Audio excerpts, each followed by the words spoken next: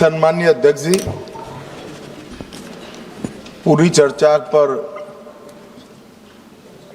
सरकार का जवाब तो कल मैं दूंगा, परंतु अब तक जो चर्चा हुई है उसमें कुछ चीजें ऐसी उभर कर आई है जिसको सुनकर मुझे लगता है कि आज रात के लिए भी देश की जनता में कोई भ्रांति नहीं रहनी चाहिए। तो वो चीजों की स्पष्टता करने के मर्यादित उद्देश्य से मैं यहां पर खड़ा हुआ हूं। माननीय अध्यक्ष जी, एक सबसे बड़ा नैरेटिव खड़ा किया जा रहा है, भ्रांति फैलाई जा रही है कि ये जो 3 विधेयक है, संविधान संशोधन विधेयक और 2 कानून, डिलिमिटेशन का और संघ क्षेत्र के चुनाव के कानून में बदलाव, वो आने से दक्षिण की क्षमता लोकसभा में बहुत कम हो जाएगी और हमारे दक्षिण के राज्यों को बहुत बड़ा नुकसान होगा। मान्यवर, मैं बिल जो सदन के सामने है, अब सदन की प्रॉपर्टी है, इसका प्रैक्टिकल इंटरप्रिटेशन कर कुछ चीजों को मैं बताना चाहता हूं। कर्नाटक राज्य में 543 के सदन में अभी 28 सीटें हैं और सदन की 543 सीटों की संख्या के 5.15% कर्नाटक के सांसद यहां पर आते हैं।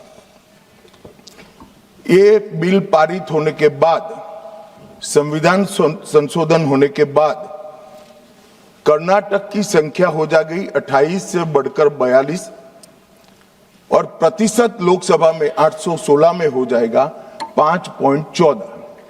तो जरा भी नुकसान कर्नाटक को नहीं होगा। दूसरा राज्य है आंध्र प्रदेश, इनकी अभी 25 सीटें हैं आंध्र प्रदेश की और अब की स्थिति में उसका प्रतिशत प्रतिनिधित्व 4.60 है, 4.60। अब इसमें भी 50% लगभग वृद्धि होगी, तो सीटें हो जाएगी 38 और 4.60 की जगह 4.65% उनकी शक्ति हो जाएगी। तेलंगाना में 17 सीटें हैं अभी और उनकी शक्ति 543 के सदन में प्रतिशत 3.13 है।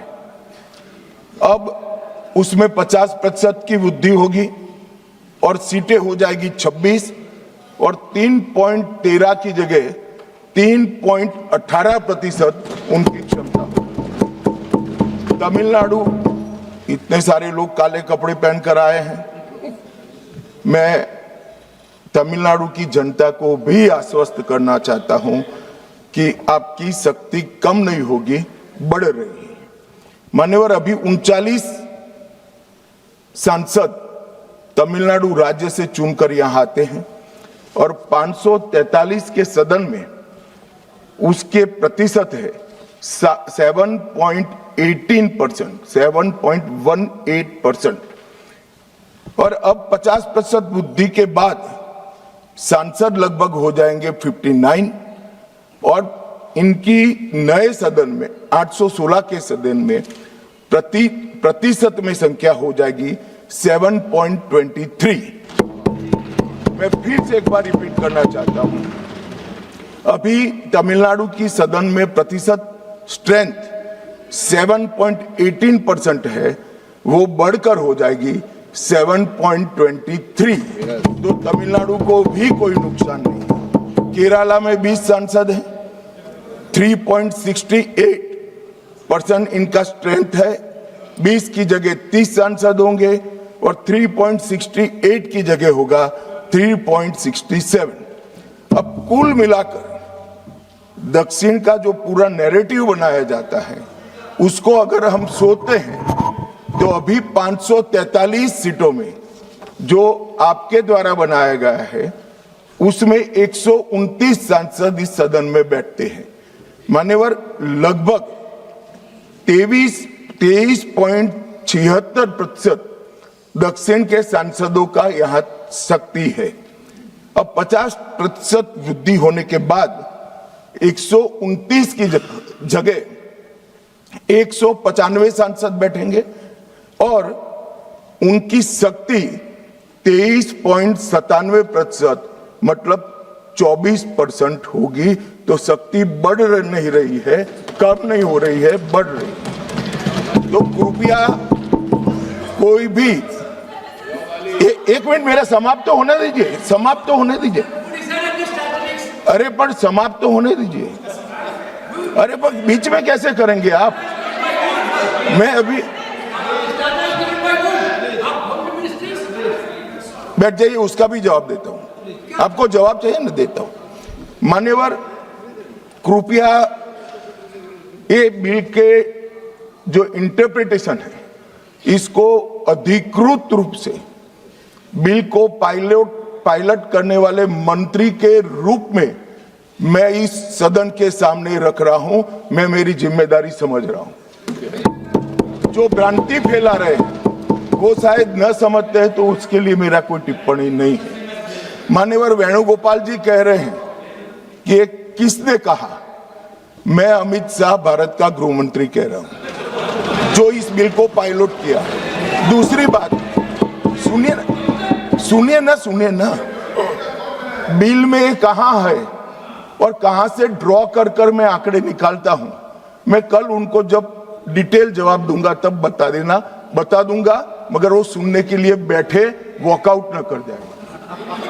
बाकी मैं डिटेल केजी के बच्चे को समझ में आए इतनी सरलता से इनको मैं समझा दूंगा। उनको धैर्य से सुनना चाहिए। मान्यवर, इन्होंने कहा कि जाति जनगणना नहीं कराना चाहती है सरकार। इसको भी मुझे स्पष्ट कर देना चाहिए।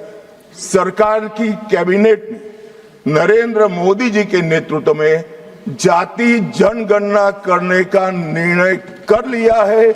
अगली जनगणना जाति जनगणना होने वाली है। एक भ्रांति फैलाई जा रही है कि अभी जो प्रश्न पूछे जा रहे हैं उसमें जाति का जिक्र नहीं है। मान्यवर, जनगणना जिनका डिटेल अभ्यास है उनको मालूम होगा, जनगणना 2 हिस्सों में होती है। पहले सभी मकानों को इंगित किया जाता है और उसके बाद में जो बिल्डिंग्स होते हैं इसके अंदर रहने वाले बंदों को इंगित किया जाता है। तो बिल्डिंग की अभी तक कोई जाति की व्यवस्था हुई नहीं है, होगी तब इसको भी गिन लेंगे। अभी तक बिल्डिंग की कोई जाति व्यवस्था नहीं है। मान्यवर, जब व्यक्तियों की जाति गिनी जाएगी तब जाति जनगणना का सवाल आएगा। ये भी मैं आज पूरी तरह से स्पष्ट कर देना चाहता हूं। मान्यवर, उन्होंने कहा कि 850 का आंकड़ा कहां से आया, ये मैं समझाता हूं। 850 का जो आंकड़ा है मान्यवर, वो इस तरह से बना है कि काल्पनिक रूप से सोच ले कि 100 सीटें हैं।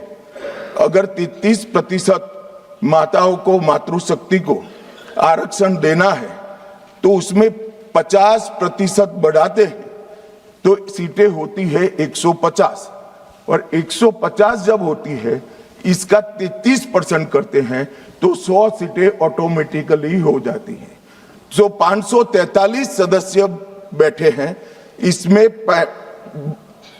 50% वृद्धि होगी। इसका 33% जब माताओं के लिए रिजर्व हो जाएगा तब 543 की 43 ओपन सीटें होगी जहां पर भी महिलाएं लड़ सकती।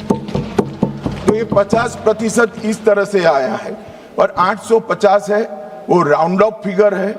816 एग्जैक्ट संख्या होगी। ये फिर से पूछेंगे कि ऐसा क्यों किया है, तो अभी भी राउंड ऑफ फिगर जो है ये 543 नहीं है, 543 से ज्यादा ही है।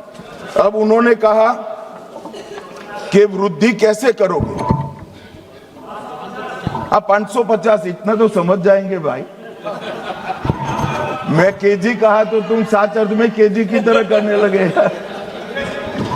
मान्यवर, इन्होंने कहा कि ये बिल में लिखा नहीं है, सांसद ज्योतिमणि और दक्षिण के कई सारे सांसदों ने कहा, मेरा कल समय ले ले, मैं पढ़वा दूंगा।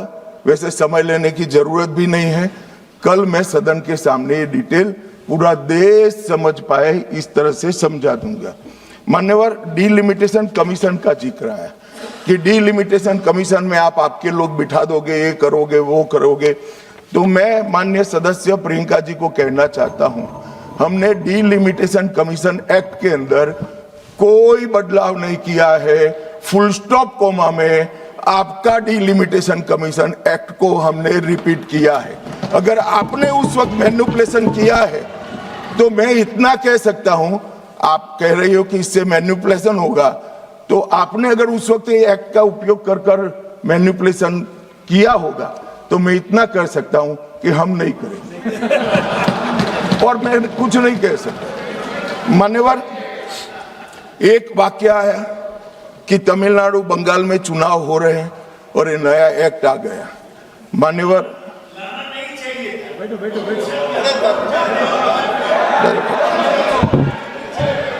मान्यवर, मैं स्पष्टता से कह देता हूं कि ये डीलिमिटेशन कमीशन की जो रिपोर्ट तभी लागू होगी जब पार्लियामेंट इसको स्वीकार करके करेगी और राष्ट्रपति महोदय इस पर अपना मंजूरी का मोहर लगाएंगी।